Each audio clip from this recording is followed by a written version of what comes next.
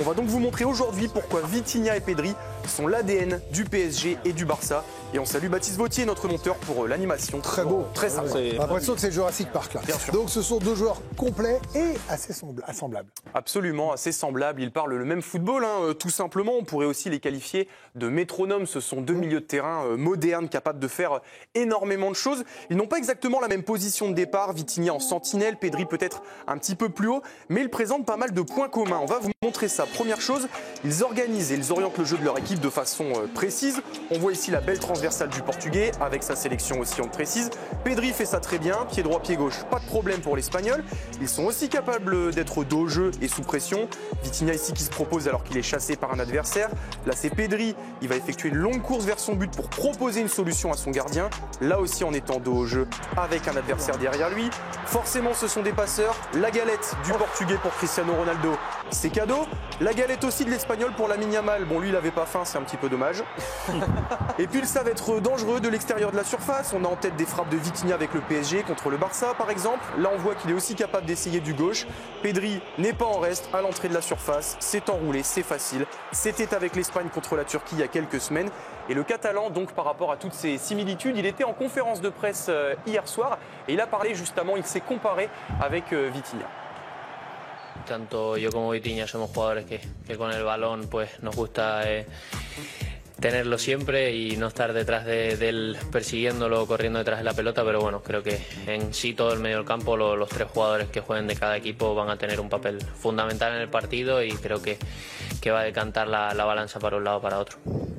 Et effectivement, surtout en l'absence des stars offensives côté parisien, il faudra bien regarder ce qui se passe au cœur du réacteur entre deux des meilleurs entrejeux du monde. Eh ben justement, au sein de ces milieux de référence, on peut le dire, de la planète football, ils ont un rôle crucial. Oui, on a le sentiment que s'il y a bien un joueur indispensable des deux côtés, eh bien c'est justement Pedri du côté du Barça et Vitinha du côté du PSG. Ce sont les patrons du milieu, les premiers noms inscrits sur la feuille de match de Luis Enrique et Hansi Flick. Et les chiffres le prouvent déjà par rapport à leur utilisation. 59 matchs pour le Portugais. Il est le milieu de terrain le plus utilisé au PSG, seulement devancé par Hakimi et Pacho dans l'effectif des champions d'Europe. Et puis 59 aussi pour l'Espagnol de 22 ans. Lui, c'est le plus utilisé tout court chez les Blaugrana. Et puis les statistiques personnelles aussi. Ils sont en tête de tous les classements dans leur club. Ballon touché, ballon récupéré, passe vers l'avant, les duels gagnés. Luis Enrique s'est d'ailleurs déjà montré dithyrambique envers les deux hommes. Vitinha es uno de los mejores jugadores del mundo en su posición, sin ninguna duda. No veo dos jugadores mejores que él en el mediocampo de ningún equipo del mundo. Para mí, puedo estar equivocado, pero estoy pocas veces equivocado. Para mí Pedri, sin ninguna duda, y así lo bauticé hace mucho tiempo, es Harry Potter. Espero que mañana no traiga la varita. Et l'entraîneur parisien n'est pas le seul à le penser, ils font totalement l'unanimité. Ils ne sont pas seulement les emblèmes de leur équipe, ils sont des modèles pour tous les milieux de terrain du monde, professionnels comme amateurs. On rappelle que déjà, il n'y a même pas 10 jours, ils étaient sur notre antenne pour le Ballon d'Or. Vitinha, magnifique 3e derrière Dembélé et Yamal. Pedri, 11e, un classement qui a surpris pas mal de monde. On aurait pu l'imaginer un petit peu plus haut, c'est vrai. On a parlé de leur stats dans leur club aussi tout à l'heure, mais ils sont des références au niveau européen. Ce sont les deux joueurs qui touchent le plus de ballons dans les 5 grands championnats cette saison. Et forcément, tout ça attire les louanges. Félix Magath, ancien entraîneur du Bayern, titré avec les Bavarois. Dans l'équipe du jour à propos de Vitinha, c'est lui qui incarne le mieux ce PSG si régulier et si consistant dans son jeu. Techniquement, il est très fort, physiquement, il est incroyable. Avec son état d'esprit conquérant, sa détermination de tous les instants et son grand talent, il fait mieux jouer son équipe quelque part. Il est unique en son genre. Et au sujet de Pedri, c'est l'ancien milieu anglais Paul Scholes qui s'est exprimé avec une comparaison flatteuse. On a tous pensé à ça en parlant de l'ADN du Barça. And then I watched Pedri tonight. And I thought, wow. Yeah, Xavi won it. Exactly like Xavi, Iniesta. He was like Xavi and Iniesta in one. Yeah. He could beat a man. And again, we're not talking about legs. We're talking about the brain of a footballer. Un mélange donc entre Xavi et Iniesta, excusez du peu, c'est pas mal comme... C'est un bon compliment. On aime bien, ouais. On aime bien. Bon, du coup, vient la question fatidique. Qui est le meilleur des deux? Notre envoyé spécial, Jérémy Janingro, a posé la question à des supporters francophones du côté de Barcelone. Franchement, c'est deux niveaux similaires.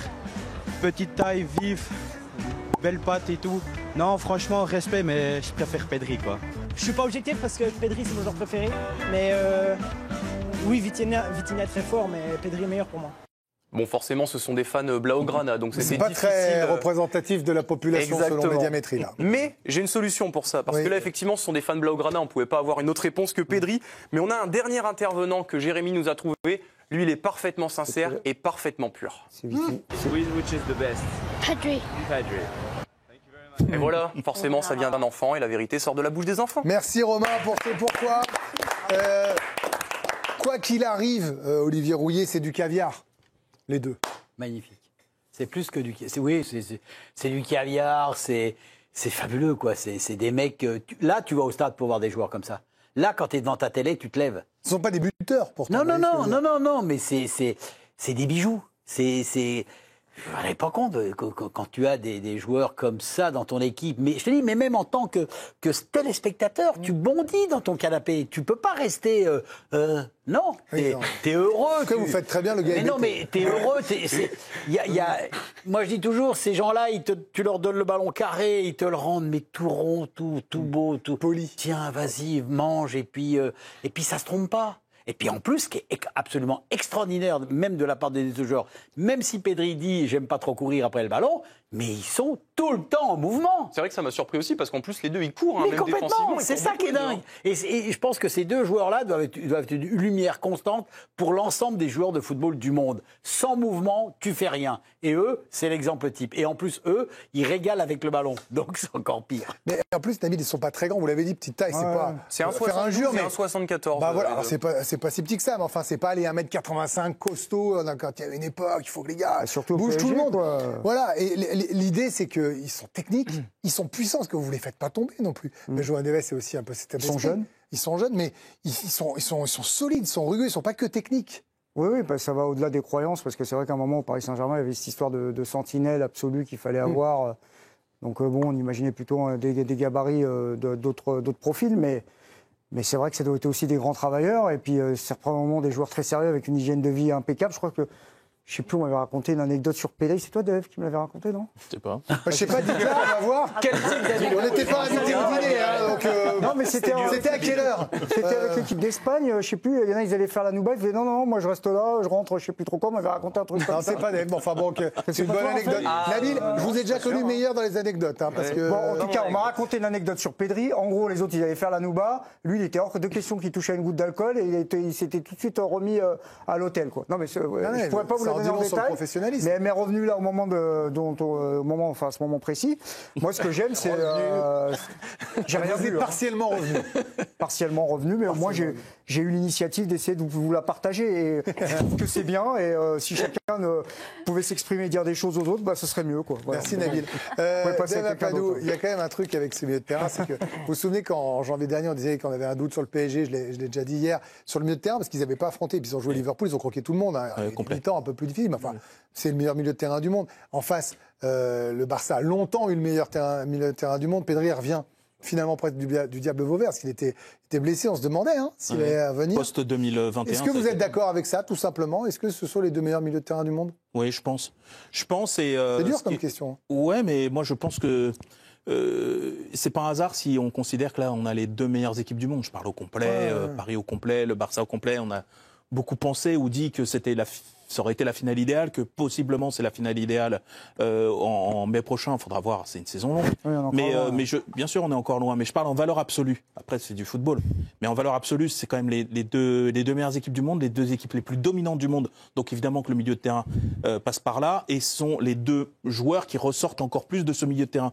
Là où je trouve que c'est incroyable, c'est que dans ce football d'aujourd'hui qui est hyper athlétique, où tout va beaucoup plus vite, où on parle beaucoup d'intensité, de contre-pression, de machin comme ça, tu as ces deux joueurs qui obéissent à ces canons-là, parce qu'ils ne sont pas feignants sur le ballon, etc. C'est vraiment des teignes, mais ils ont, avec leur physique assez frêle, pas superlatif, ils arrivent à dominer avec ce style de jeu, entre les lignes, chatoyant, etc. Propreté absolue, QI foot, alors j'en parle même pas. Moi, j'ai eu peur que ce type de profil disparaisse, franchement, dans les milieux un peu surpeuplés de buffles et de bisons. Je me suis dit, comment aujourd'hui tu vas avoir des Xavi, des Iniesta, et ben tu as ces deux-là. Je pense qu'ils seront pas les seuls. Il y en a d'autres, mais eux, c'est une super pub pour le foot. On va continuer d'en parler, mais avant ça, on part à Barcelone. Giovanni Castaldi, vous êtes avec nous. Ça continue d'être tendu entre supporters, hein, Gio. Ouais, moi aussi j'aimerais bien pouvoir parler de ballon de Pedri et Vitinha, mais pour le coup on va vous montrer déjà, juste pour vous dire que le quart du Paris Saint-Germain et celui du Barça sont bien arrivés, vous le voyez sur les images de Jérémy Jalingro, et on va vous montrer il y a quelques instants, vous allez le voir au fond des images de Jérémy, les quarts de CRS qui commencent à dissiper la foule. On va également montrer le sol pour vous montrer les projectiles qu'ont jetés des centaines de supporters du FC Barcelone sur les forces de l'ordre. Jérémy a filmé tout ça, vous devez les voir en double fenêtre sur les images que Ben Pérez vous propose. Mais voilà, je ne vois pas l'intérêt de venir voir un match de foot pour jeter du verre, des pétards, des fumigènes sur les forces de l'ordre. C'est un truc qui me dépasse. On est là tranquillement pour un beau match de football et voici les images qu'on vous propose. Je trouve ça assez déplorable. Bien sûr, on est d'accord avec vous. On n'a jamais compris les abrutis qui venaient saccager un spectacle comme ça. Et une fois de plus, là, c'est pas. Déjà, finale ou demi-finale, ça ne serait pas une justification. Je précise, mais là, encore moins. Donc vraiment, on ne comprend pas la rage, même la haine barcelonaise ce soir. Bon, écoutez, tant qu'il n'y a pas de blessés, tant que vous êtes en sécurité, vous continuez à nous tenir informés. Vous voulez dire un mot de Vitinha je ne sais pas, Joe, je viens vous voir dans un instant. Julien, vous n'avez pas encore parlé sur Vitinha et Pedri. C'est vrai. Et ça, moi je vais rebondir sur ce que disait Olivier, parce que ça m'a intéressé. Je lui ai dit, c'est pas des buteurs. Mais c'est vrai que généralement, on se dit, moi je viens voir Dembélé, je viens voir Yamal, ils sont premiers, deuxième au Ballon d'Or. À la limite, pourquoi pas même un gardien, si on aime cette spécificité-là. Mais c'est pas les noms qui viennent. Et pourtant, l'an dernier, on a cité ces gamins-là. Oui, non, mais Pedri, on va au stade pour le voir. Je trouve que c'est quand même la différence entre les deux. On a vu les stats tout à l'heure avec Romain, où ils étaient premiers dans beaucoup de chiffres de stats. C'est pas étonnant pour Vitinha, c'est presque étonnant pour Pedri de le voir aussi efficace d'une certaine manière, parce que il est hyper esthétique, il est hyper sexy d'une certaine manière. Donc c'est ça, je pense, le truc qui fait peut-être pencher la balance en faveur de Pedri si on devait choisir entre les deux. Parce pas sur la saison dernière. Non, pas sur. Non, mais en tant Vous êtes sur l'esthétique. En tant que joueur, il a ça en plus peut-être par rapport à Vitinha. Ouais, il n'empêche que tu es pas désagréable à regarder non plus. Hein. Non, c'est chouette. Ah, il a le droit d'avoir ses goûts. Mais Pedri, il y a quand même un truc particulier. Dès qu'il a le ballon, il y a quand même quelque chose qui se passe. Et c'est vrai que c'est pas le maillot qui fait ça quand même. Non. Est-ce que c'est pas l'histoire? Non, parce qu'avec l'Espagne, c'est la même chose. Ouais, ça marche aussi le coup du maillot avec l'Espagne. Hein.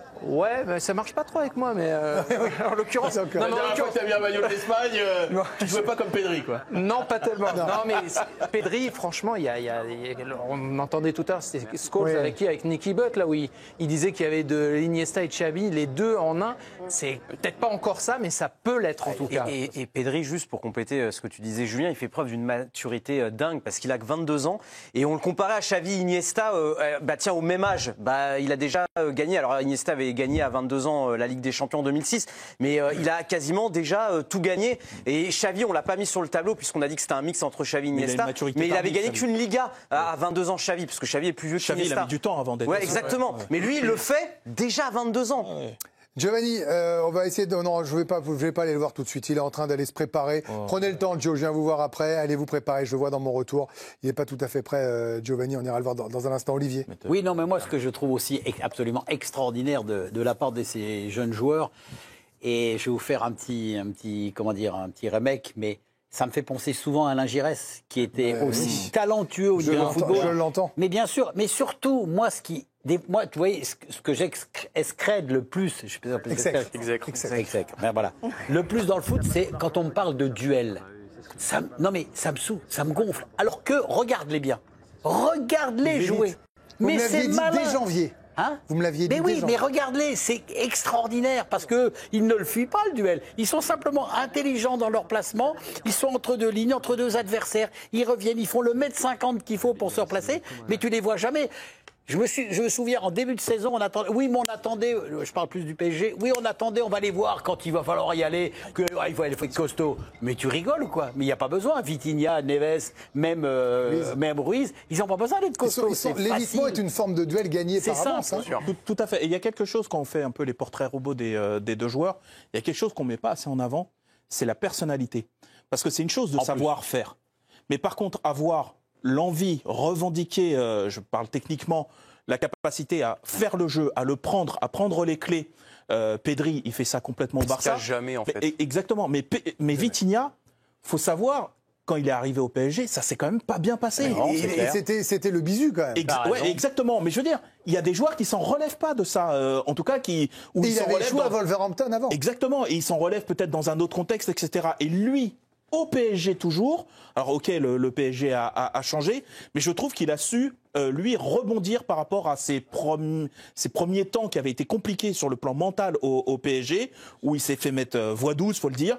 Et là aujourd'hui, il est le patron absolu de ce jeu-là, et ça aussi, on faut le mettre en avant.